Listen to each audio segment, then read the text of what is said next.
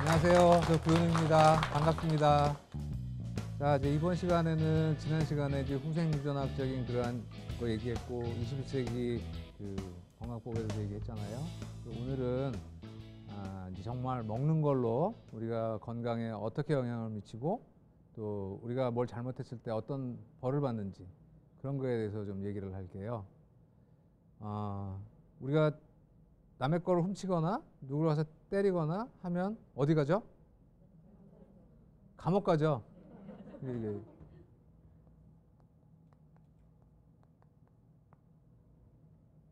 근데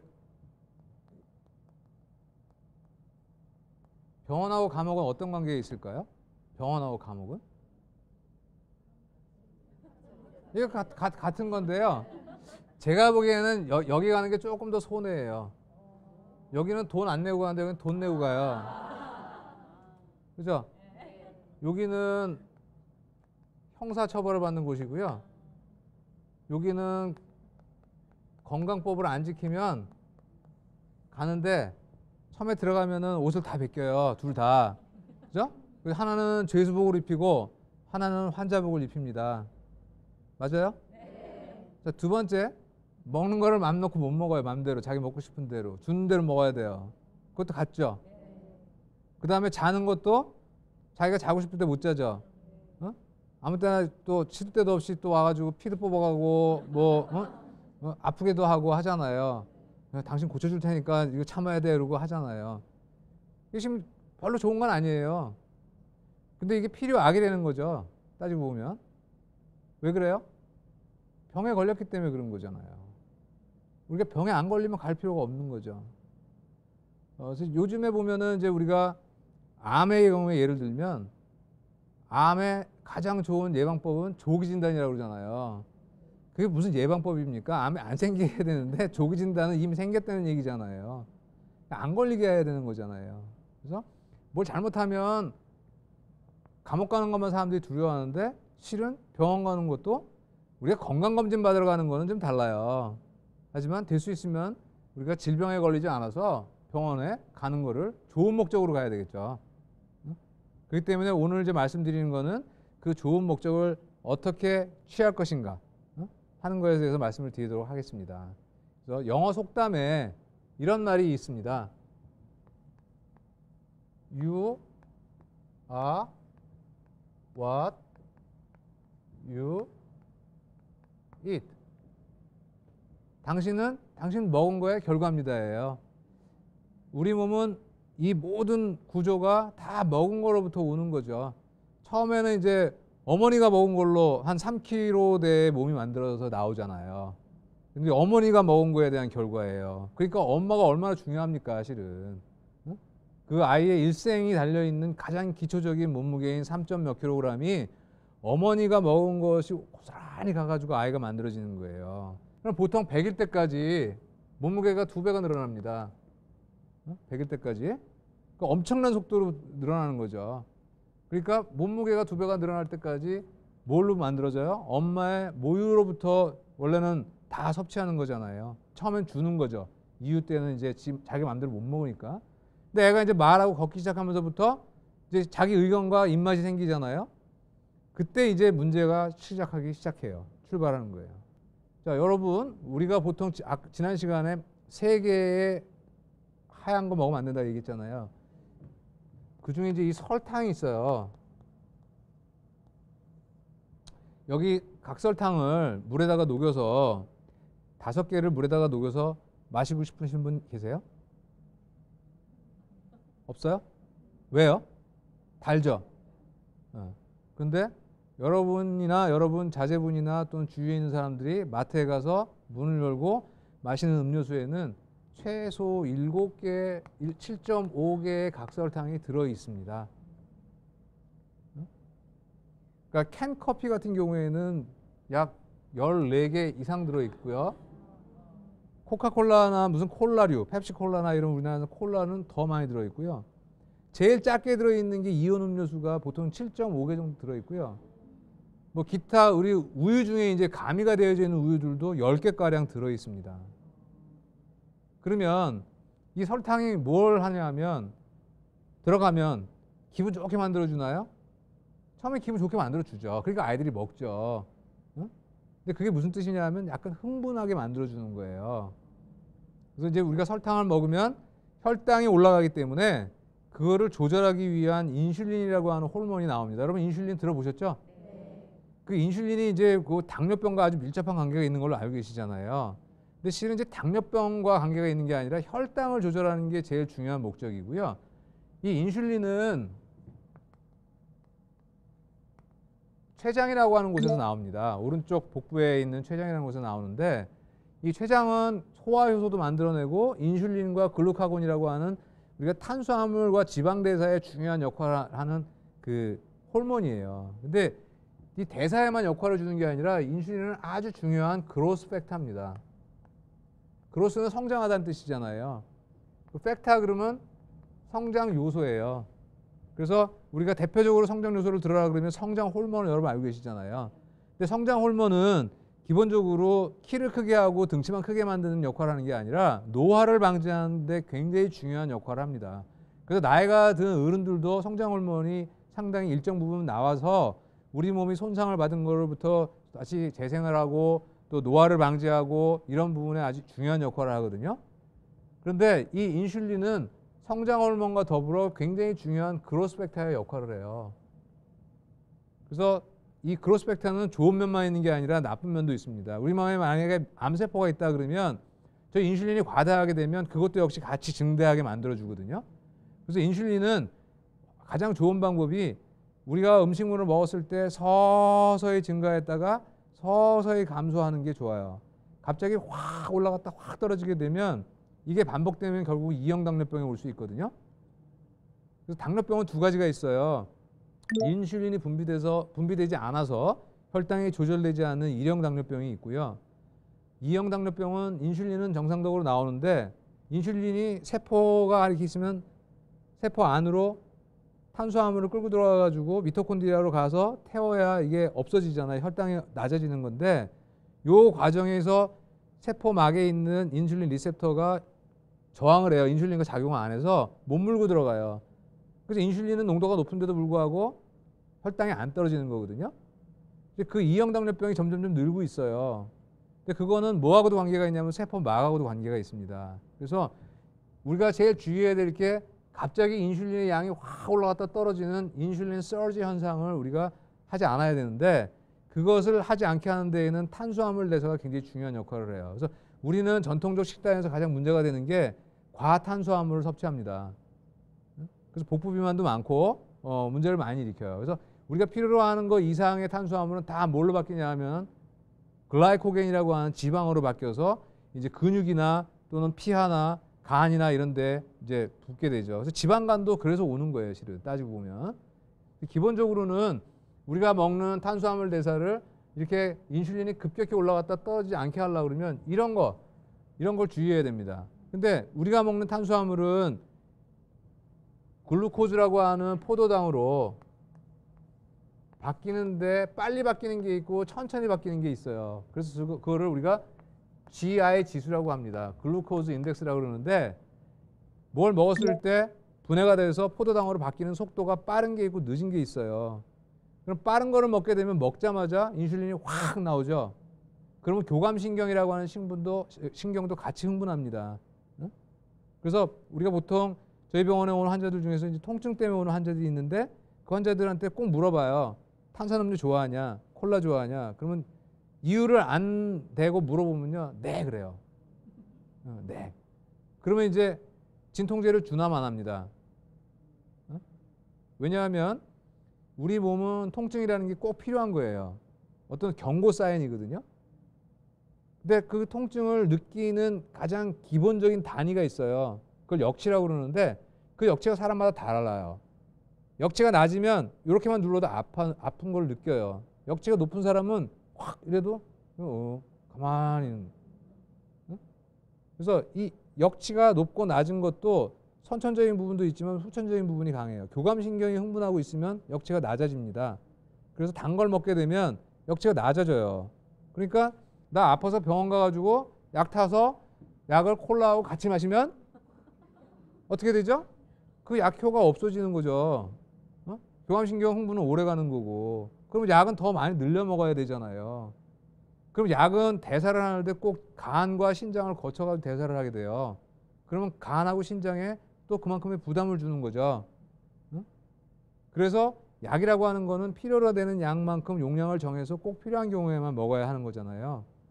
그렇기 때문에 우리가 먹어야 되는 것 중에 대표적으로 우리가 아무 생각 없이 먹는 것이 그러한 청량음료나 또는 무심코 점심시간에 여기 아가씨들 계신데 식사 끝나고 나서 어디 커피숍에 가가지고 커피 탄 다음에 시럽을 마구 펌프질을 해갖고 빨대에다가 쭉쭉 빨아먹잖아요. 그러면 그게 이제 진짜로 돈 주고 독을 한 컵 마시는 거예요. 자, 이제 여기 몇 가지 요소가 있어요. 첫 번째, 우리가 보통 담는 용기가 일회용 용기로 담잖아요. 플라스틱으로 담잖아요.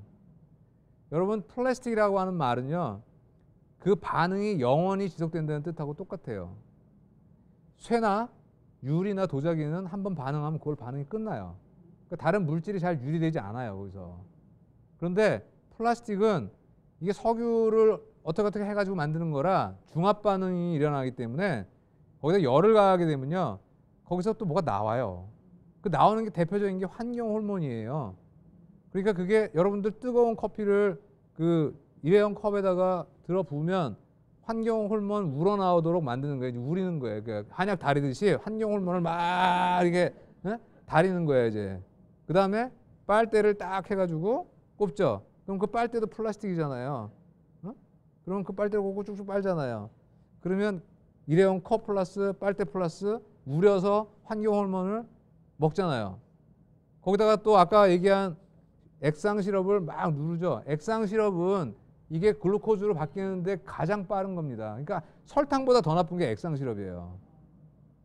글루코즈 인덱스가 높으니까 먹는 순간에 인슐린이 확 나오는 거죠. 그럼 내 몸은 그만큼 데미지를 받는 거예요. 뭐하고 똑같은 거냐면 열받은 거하고 똑같은 거예요. 누가 약 올리면 확 열 오르잖아요. 응? 혈압도 올라가고 인슐린이 갑자기 확 올라가면 같은 역할을 한다고요. 그러니까 우리가 먹는 거를 그만큼 신경 써서 먹어야 되는 거죠. 응? 뭐 가면 보통 뭐 아무리 싸도 지금 요새 2,000원에서 한 4,000 얼마 하잖아요, 한 컵에. 왜 그 4,000원짜리 독을 마시냐고요. 제가 말씀드리는 건 커피가 나쁘다는 뜻 아니에요. 그거와 더불어 같이 마시는 것들이 나쁜 거예요. 차라리 머그컵에 드세요. 커피가 드시고 싶으시면 머그컵에 드세요. 그거는 이미 반응이 끝난 거예요. 잘 닦기만 하면 감염만 안 되면 돼요. 기껏 해봐야 감염으로는 그렇게 큰 병 안 걸리거든요. 요즘에 항생제도 있고 하니까.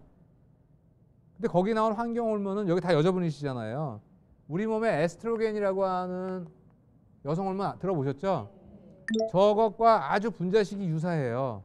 그래서 제가 몸에 들어가면요, 우리 몸은 아까 뭘로 구분한다, 신호로 구분한다 그랬잖아요. 그러니까 저게 들어오면 여성 호르몬으로 받아들이는 거예요. 그러니까 아이들이 만약에 먹는다고 생각해 보세요. 초등학생 아이들이 4학년, 5학년 아이들이 저런 거 계속 달고 먹는다고 생각하면 걔는 이미 여성 호르몬이 과다하게 나오기 때문에 성조숙증에 걸리는 거죠. 그럼 성장과 발육에 문제가 이렇게 일어나는 거고, 나중에 심해지면은 그게 다발성 낭종, 난소의 다발성 낭종도 일으키는 원인이 되는 거예요. 여러분 보통 이제 우리가 그 가을철이 되면은 대하 많이 나오잖아요. 대하 소금구이 하잖아요. 그것도 대표적으로 돈 주고 독 사 먹는 겁니다. 왜 그럴까요? 그거 어떻게 해요? 이만한 판에다가 포일을 이만하게 깔아갖고 여기다가 소금을 가득 채우고 새우를 놓은 다음에 불을 떼죠. 소금은 700도 이하에서 열을 가하면 다이옥신이 나와요. 그래서 집에서 소금을 함부로 구우시면 안 됩니다.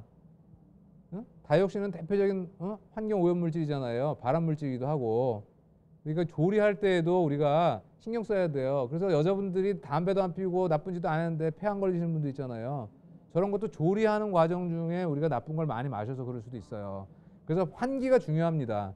특히 튀김을 한다든지 또는 열을 많이 가하는 음식을 조리할 때에는 팬을 틀고 환기가 될 수 있는 상황을 만들어 가지고 내가 직접적으로 거기서 나오는 그런 나쁜 물질들을 흡입하지 않도록 하는 게 굉장히 중요한 거예요.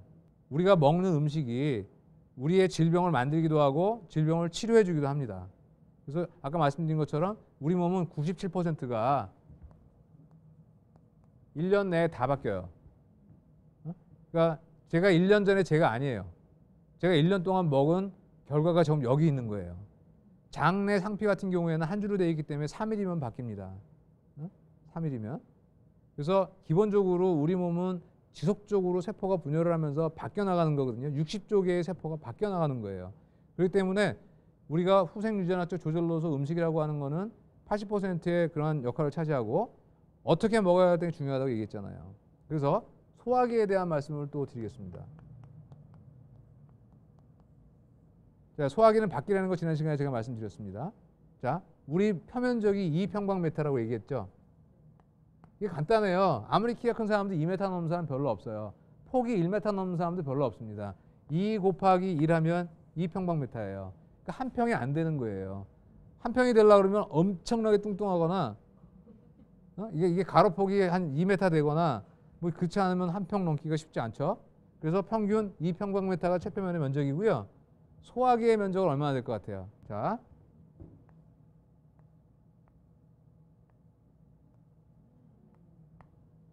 400평방미터입니다. 그러면 가로 세로 220, 20이죠. 20m, 20m. 그러면 지금 이 방이 20m, 20m 안 될걸요? 이게 접혀서 안으로 들어온 거예요. 두 번째로 넓은 데가 어딘지 아세요? 두 번째로 넓은 게 호흡기예요. 코에서부터 폐 안에 폐포가 굉장히 저런 식으로 또 돼 있어요. 그러니까 폐포가 한 200 정도 돼요. 호흡기가. 합치면 600평방미터죠. 그러면 우리가 길목에서 뭐든지 지키잖아요. 도둑놈을 잡을 때에도 검문할 때 길목에서 지키죠. 그래서 도둑인지 아닌지 구분하고 아니면 보내고 도둑이면 잡죠. 쫓거나. 그 역할을 우리가 면역이 한다고 그랬잖아요. 그래서 면역세포의 대부분이 여기 존재합니다. 소화기하고 호흡기에. 또 소화기하고 호흡기는 뭘로 이루어졌어요? 점막으로 이루어졌어요. 그래서 우리가 면역세포를 분류할 때 이런 말을 써요. GALT, got, 창자라는 뜻입니다. 소화기. associated, 관련 있는, 림프, 임파 조직이다 이 뜻이에요. 그 다음에 다른 말로는 MALT, mucosa associated lymphatic tissue, 점막과 관련되어져 있는 조직이다. 다 면역기관이에요. 그러니까 면역기관이 어디? 입서부터 항문까지의 소화기, 코서부터 어디요? 폐까지의 호흡기, 그 다음에 외부로부터 눈으로도 뭐가 들어오잖아요. 그것도 점막이죠. 또 점막 어디 있어요? 여성의 성기도 점막으로 되어 있죠. 그런 부분들이 다 면역 세포들이 굉장히 많이 분포하는 곳이에요. 그래서 면역이 안정되고 면역이 우리가 제대로 정상적인 역할을 하려고 그러면 소화기에 염증이 없어야 되는 거예요. 근데 안 보이잖아요, 이 안이. 안으로 말려 들어가, 바깥은 바깥인데 안으로 말려 들어갔으니까 안 보인다는 거죠. 안 보이니까 이런데 조금만 상처가 나면 약 바르고 뭐 밴드도 붙이고 거기다가 자극 안 주려고 노력을 하는데 여기서부터는 안 보이니까는 이 안이 빨간지 뭐 부었는지 신경 안 쓰고 부어라 마셔라 다 하잖아요. 이게. 그러면 결국은 이 안이 염증이 생긴 거예요. 그러니까 이렇게 넓은 면적의 염증이 생기니까 거기서 생기는 염증성 물질들이 고기만 있겠어요? 피를 타고 돌아다니잖아요. 그러니까 전신적으로 영향을 미치는 거예요. 그래서 소화기가 건강해야 된다고 하는 거는 2500년 전에 이미 한의학에서 얘기한 겁니다. 그래서 한의학에서는 어떠한 질병을 다스릴 때에도 중한 질병일수록 비위를 먼저 다스리라고 얘기했어요. 비위를. 그거는 굉장히 큰 통찰력입니다. 문제는 구체적인 방법을 모르는 거예요. 비위를 다스리는 방법을. 그러니까 제가 아까 뭐라고 그랬어요? 비위를 다스리는 방법은 랭킹 1위. 꼭꼭 씹어라. 얼마? 보통 40번 이상 씹어야 돼요. 그러니까 잘 씹는 게 굉장히 중요한 거예요. 그래서 이가 하나 빠지면 28분의 1의 저작 효율이 떨어지는 게 아니라 어금니 하나가 빠지면요. 약 하나 빠지는데 15% 이상의 저작 효율이 떨어지는 거예요. 그래서 얼른 보초를 해놔야 되는 거고요. 그래서 기본적으로 우리가 먹는 거를 잘 씹어서 삼키면 위에서 이제 어떻게 해요? 위산이 나와가지고 단백질을 흐물흐물하게 만들죠. 그 다음에 이제 소화 요소들이 나와서 그거를 분해시켜요. 그 다음에는 이제 소장으로 내려가게 되면 췌장에서 아까 뭘 만든다 그랬냐면 인슐린과 글루카곤이라는 걸 만들면서 소화액도 만들어요. 췌장에서는 이제 단백질, 지방 뭐 이런 걸 다 소화시켜서 만들고 간에서 담즙을 만들어 담낭에 저장했다가 그걸 바깥 소장으로 밀어내요. 그러면 이제 그것이 다 섞여서 우리 몸에서 들어온 탄수화물, 단백질, 지방, 비타민, 미네랄 이런 것들을 다 소화시켜서 흡수될 수 있는 상태로 만들어가지고 소장에서 세 부분에 의해가지고 흡수가 됩니다. 그 흡수가 된 나머지는 이제 대장을 통해 가면서 수분이 흡수되고 이제 넘어가죠. 근데 그때 굉장히 중요한 게 있어요. 우리가 이제 소화기에 안 좋은 짓을 하게 되면 장은 아까 이 세포가 한 줄로 이루어졌다 그랬어요. 이렇게. 이게 통로라고 그러면 이렇게 한 줄로만 이루어져서 피부는 여러 겹으로 돼 있다 그랬잖아요. 이 세포와 세포 사이가 굉장히 이렇게 정상적일 때는 꽉 붙어 있는데요. 얘가 염증이 생기면요. 이게 느슨해져요. 그러면 이 세포들은 아까 구분을 하잖아요. 들여보낼 거, 안 들여보낼 거. 근데 이 틈이 생기면요. 얘가 구분해봤자 소용없어요. 이 틈으로 이제 분자량이 커다란 프로테인이라든지 단백질이라든지 안 들어가야 미세한 세균이라든지 이런 것들이 들어갑니다. 혈류를 통해서. 그게 어디로 가요? 아무데나 막 가요. 그게 결국은 이제 뭐 자가 면역 반응도 일으킬 수 있고 아토피도 일으킬 수 있고 뭐 굉장히 많은 종류의 이제 염증성 반응들을 일으킵니다. 그러니까 결국은 우리가 장관벽을 느슨하게 하면 안 되겠죠. 그 장관벽을 느슨하게 만드는 대표 주자가 뭐예요? 술. 술이 장관벽을 느슨하게 만들어주는 대표 주자입니다. 그래서 그 술을 많이 먹게 되면 장관벽을 느슨하게 하는 장관누수 증후군이라는 걸 만들게 돼요. 그럼 장관누수 증후군은 우리 몸에서 다양한 그러한 비정상적인 물질들이 들어가지 않아야 될 게 들어가게 만들므로써 간에다가도 엄청난 해를 주게 되죠. 그래서 장이 나쁜 사람들은 술을 안 먹어도 어떻게 돼요? 간이 나빠지죠. 결국은 소화기관이라고 하는 거는 단순히 외부에서 들어온 그 음식물들을 잘게 잘라서 흡수하는 걸로만 끝나는 것이 아니라 지금과 같은 복잡 다단한 그러한 연결고리에 의해서 신경정신학적으로도 문제를 일으키는 거죠. 그래서 실질적으로 장을 건강하게 해주면요. 아이들이 굉장히 좋아집니다. 성격도 밝아지고. 그래서 막 부산하던 아이들도 실질적으로 장내 환경을 좋게 만들어주면 부산함으로부터 멀어진 경우도 많이 있어요. 실제로. 그래서 그게 비타민에 관련된 부분들도 있고 중금속에 관련된 부분들도 있고요. 영양의 밸런스가 그런 문제를 많이 일으킵니다. 우리가 지금 설명드린 것처럼 건강에서 제일 중요한 부분을 찾아라 그러면 다 중요하지만 가장 기초가 되는 게 소화기예요. 소화기의 시작은 입입니다. 잘 씹고 우리가 잘 소화를 시키는 것이 후생 유전학적 컨트롤의 첩경이에요. 자, 다음 시간에는 이와 연결되어져 가지고 우리가 이제 세포 건강학에 대해서 말씀을 드리도록 하겠습니다. 감사합니다.